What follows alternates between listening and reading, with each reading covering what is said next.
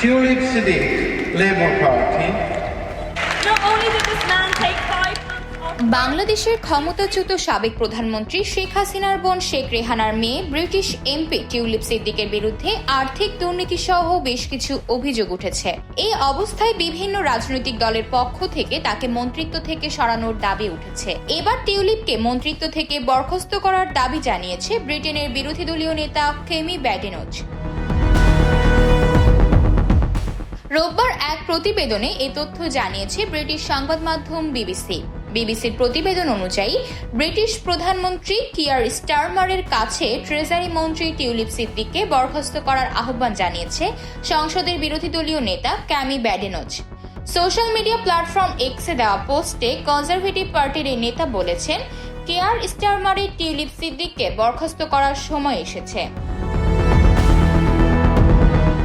পোস্টে তিনি আরও বলেছেন, প্রধানমন্ত্রী কেয়ার স্টারমার তার ব্যক্তিগত বন্ধুকে দুর্নীতি বিরোধী মন্ত্রী হিসেবে নিয়োগ করেছেন এবং তিনি নিজেকেই দুর্নীতির অভিযোগে অভিযুক্ত করেছেন।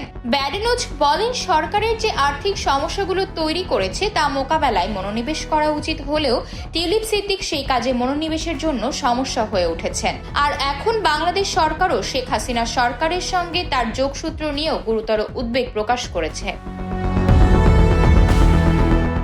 এছাড়া সম্প্রতি টরি এমপিরাও টিউলিপের পদত্যাগ দাবি করেছেন। ব্রিটেনের প্রধান বিরোধী দল কনজারভেটিভ পার্টির এমপিরা টিউলিপের উদ্দেশ্যে বলেছেন, ফ্ল্যাট উপহার পাওয়ার বিষয়ে গ্রহণযোগ্য ব্যাখ্যা দিতে না পারলে তিনি যেন ট্রেজারি মন্ত্রীর পদ থেকে পদত্যাগ করেন। টিউলিপ সিদ্দিক অবশ্য কোনো ধরনের দুর্নীতিতে জড়িত থাকার কথা অস্বীকার করেছেন এবং যুক্তরাজ্যের প্রধানমন্ত্রীর মিনিস্ট্রিয়াল স্ট্যান্ডার্ডসের